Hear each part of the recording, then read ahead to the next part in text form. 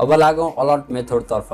तपाईहरुले चाहिँ alert box अथवा अलर्ट मेथडलाई युज गरेर चाहिँ के गर्न सक्नुहुन्छ भन्दाखेरि कुनै पनि मेसेजलाई हाइलाइट गर्न सक्नुहुन्छ, पपअप विन्डो क्रिएट गर्न सक्नुहुन्छ र अर्को मेन कुरा भनेको चाहिँ तपाईहरुले कुनै पनि कन्टेन्टलाई फोकस गर्न सक्नुहुन्छ।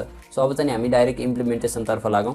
त्यसको लागि तपाईले के गर्नुस् भन्दाखेरि अलर्ट भनेर लेख्नुस्, त्यसपछि तपाईले प्यारेन्थेसिस दिनुस्, त्यसपछि तपाईले चाहिँ यहाँ के गर्नुस् भन्दाखेरि डबल कोट दिनुस्। अब तपाईले यहाँ जे मेसेज दिन चाहनुहुन्छ त्यो मेसेज दिनुस्। जस्तै मैले चाहिँ यहाँ दिए आर यु स्योर भनेर दिए। अब त्यसपछि तपाईले चाहिँ यसलाई सेभ गर्नुस्। अब यहाँ तपाईले देख्न सक्नुहुन्छ यहाँ चाहिँ एउटा पपअप विन्डो क्रिएट भएको छ र यहाँ चाहिँ हामीलाई के भनेको छ भन्दाखेरि आर यु स्योर भनेर भनेको छ। त्यसपछि तपाईले यहाँ चाहिँ ओके गर्नुस्। ओके, सो यसरी चाहिँ तपाईहरुले चाहिँ अलर्ट बक्सलाई युज गरेर के गर्न सक्नुहुन्छ भन्दाखेरि कुनै पनि मेसेजलाई हाइलाइट गर्न सक्नुहुन्छ। अब तपाईले यहाँ चाहिँ कुनै पनि भ्यालु प्रिन्ट गर्न सक्नुहुन्छ। जस्तै हामीसँग चाहिँ एउटा भेरिएबल छ लेट a = 56 भनेर दिए मैले। त्यसपछि तपाईले यो भेरिएबललाई पनि प्रिन्ट गर्न सक्नुहुन्छ। तपाईले जे पनि गर्न सक्नुहुन्छ, यसमा चाहिँ मेसेज हाइलाइट गर्न सक्नुहुन्छ। ओके, अब लागौं कन्फर्म बक्स तर्फ। अब तपाईहरुले चाहिँ कन्फर्म बक्सलाई युज गरेर के गर्न सक्नुहुन्छ भन्दाखेरि कुनै पनि क्वेशन सोध्न सक्नुहुन्छ। यहाँ तपाईहरुले हेर्न सक्नुहुन्छ मसँग चाहिँ एउटा विन्डो छ हैन, जुन हाम्रो चाहिँ यो पेज छ। अब जब युजरले चाहिँ यो पेजलाई क्लोज गर्न खोज्छ नि, त्यसपछि तपाईले चाहिँ क्वेशन सोध्न सक्नुहुन्छ के आर यु स्योर भनेर। त्यसैगरी तपाईसँग चाहिँ एउटा भिडियो छ, त्यो भिडियो डिलिट गर्न खोज्यो भने युजरले तपाईले चाहिँ डिलिट गर्न चाहनुहुन्छ कि चाहनुहुन्न भनेर चाहिँ युजरलाई सोध्न सक्नुहुन्छ। सो त्यस्तो काम चाहिँ तपाईहरुले कन्फर्म बक्सबाट गर्न सक्नुहुन्छ। सो अब चाहिँ हामी यसको डाइरेक्ट इम्प्लिमेन्टेसन तर्फ लागौं।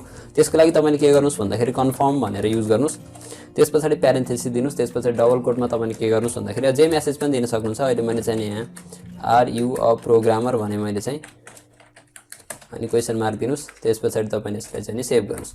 यहाँ तपाईले देख्न सक्नुहुन्छ आर यु अ प्रोग्रामर भनेर चाहिँ हामीसँग चाहिँ के आएको छ भन्दाखेरि एउटा पपअप विन्डो क्रिएट भएको छ र यसमा तपाईले देख्न सक्नुहुन्छ हामीसँग चाहिँ दुईवटा अप्सन छ। अघि जुन हाम्रो चाहिँ अलर्ट बक्स थियो त्यसमा चाहिँ एउटा मात्र अप्सन थियो ओके भन्ने, यसमा चाहिँ दुईवटा अप्सन छ। तपाईले यहाँबाट के गर्न सक्नुहुन्छ, क्यान्सल पनि गर्न सक्नुहुन्छ र ओके पनि गर्न सक्नुहुन्छ। यहाँ तपाईहरु देख्न सक्नुहुन्छ मैले चाहिँ ओके गरेको छु। अब हेर्नुस् यहाँ चाहिँ ओके को मिनिङ के हो भन्दाखेरि ट्रू हो र क्यान्सल को मिनिङ के हो भन्दाखेरि फल्स हो। सो यसले चाहिँ के भ्यालु रिटर्न गर्छ, त्यसलाई चाहिँ हामीले एउटा भेरिएबलमा राखौं। त्यसको लागि let result result equal to भनेर दिनुस्। त्यसपछि चाहिँ अब हेर्नुस् त यदि ट्रू भयो भने मतलब के भयो भन्दाखेरि त्यहाँ चाहिँ ओके भन्ने बटन चाहिँ हाम्रो क्लिक भयो भने तपाईले के गर्न चाहनुहुन्छ, त्यसैगरी क्यान्सल भन्ने बटन क्लिक भयो भने तपाईले के गर्न चाहनुहुन्छ त्यो कुरा लेख्नुस्। सो अब चाहिँ यदि ओके भन्ने चाहिँ उस भयो भने यहाँ रिजल्ट भनेर लेख्नुस्। ओके, मैले चाहिँ यहाँ तपाईहरुलाई चाहिँ अब यो इफ स्टेटमेन्ट पढाउँदाखेरि मैले तपाईहरुलाई पढाएँ कि पढाइन हैन थाहा भएन। सो यहाँ चाहिँ एउटा कुरा बुझ्नु पर्ने के छ भन्दाखेरि जुन हाम्रो इफमा तपाईले कन्डिसन लगाउनुहुन्छ नि, त्यहाँ चाहिँ 0 बाहेक अरु सबै नम्बर भन्न खोजेको मिनिङ के हो भन्दाखेरि नन जीरो नम्बरहरु सबै चाहिँ हाम्रो ट्रू हो र 0 भनेको चाहिँ हाम्रो चाहिँ के हो भन्दाखेरि फल्स हो। तपाईले चाहिँ रिजल्टमा अहिले ट्रू पास भयो भने इफ स्टेटमेन्ट चल्छ, तर फल्स भयो भने हाम्रो एल्स ब्लक चल्छ। यो कुरा चाहिँ तपाईहरुले बुझ्नु होला। अब यदि चाहिँ हाम्रो ट्रू भयो भने है, सो यसमा चाहिँ तपाईले जे मेसेज पनि दिन सक्नुहुन्छ। एउटा मेसेज दिनु document.write फिक्स अ बग भनेर चाहिँ मैले दिएँ है।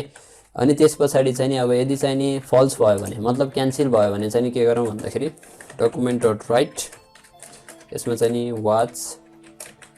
वाच अ मुभी भनेर भने मैले है। अब त्यसपछि यसलाई सेभ गर्नुस्। अब तपाईले देख्न सक्नुहुन्छ हामीसँग चाहिँ दुईवटा बटन आएको छ। जब मैले ओके क्लिक गर्छु यहाँ तपाईले देख्न सक्नुहुन्छ फिक्स अ बग भनेर आएको छ। फेरि मैले यसलाई रिफ्रेश गरे, त्यसपछि जब मैले यहाँ चाहिँ क्यान्सलमा क्लिक गर्छु त्यसरी यहाँ चाहिँ के आएको छ भन्दाखेरि वाच अ मुभी भनेर आएको छ। सो यसरी तपाईहरुले चाहिँ कन्फर्म बक्सलाई युज गर्न सक्नुहुन्छ। यसलाई युज गरेर के गर्न सक्नुहुन्छ भन्दाखेरि कुनै क्वेशन सोध्न सक्नुहुन्छ।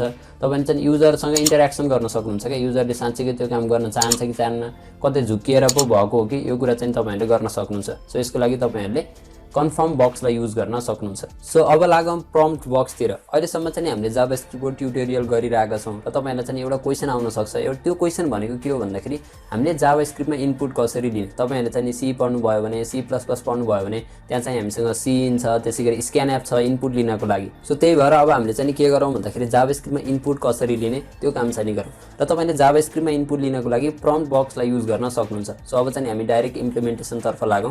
त्यसको लागि तपाईले चाहिँ प्रम्प्ट भनेर लेख्नुस्, PROMPT प्रम्प्ट। त्यसपछि अब यहाँ तपाईले जे लेख्न चाहनुहुन्छ त्यो लेख्नुस्। जस्तै मैले चाहिँ यहाँ इन्टर अ नम्बर भनेर दिए। त्यसपछि युजरले त नम्बर हान्छ। अब त्यो नम्बरलाई तपाईले कहीं न कहीं त गेट गर्नु पर्यो। सो त्यसको लागि चाहिँ तपाईले के गर्नुस् भन्दाखेरि लेट a = लेख्नुस्। अब तपाईले चाहिँ यो नम्बरलाई के गर्न सक्नुहुन्छ प्रिन्ट गर्न सक्नुहुन्छ document.write त्यसपछि a भनेर लेख्नुस्।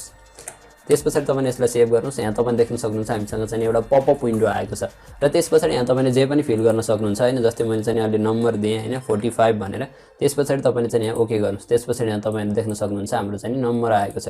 अब तपाईले यहाँ चाहिँ केही नम्बर हाल्नु भएन भने के हुन्छ, त्यसपछि तपाईले चाहिँ ओके क्लिक गर्नुस्। यहाँ देख्न सक्नुहुन्छ हामीसँग चाहिँ केही पनि आएको छैन। त्यसैगरी तपाईले यहाँ केही गर्नुस् हैन। त्यसपछि 45 हाल्नु भयो, क्यान्सल गर्नुभयो भने यहाँ देख्न सक्नुहुन्छ हामीसँग चाहिँ नल आएको छ। अझै मैले यहाँ कुनै नम्बर हाने 23, त्यसपछि ओके गरेँ। त्यसपछि यहाँ तपाईले देख्न सक्नुहुन्छ हामीसँग चाहिँ 23 आएको छ। सो यसरी चाहिँ तपाईले के गर्न सक्नुहुन्छ भन्दाखेरि जावास्क्रिप्टमा युजरबाट इनपुट लिन सक्नुहुन्छ।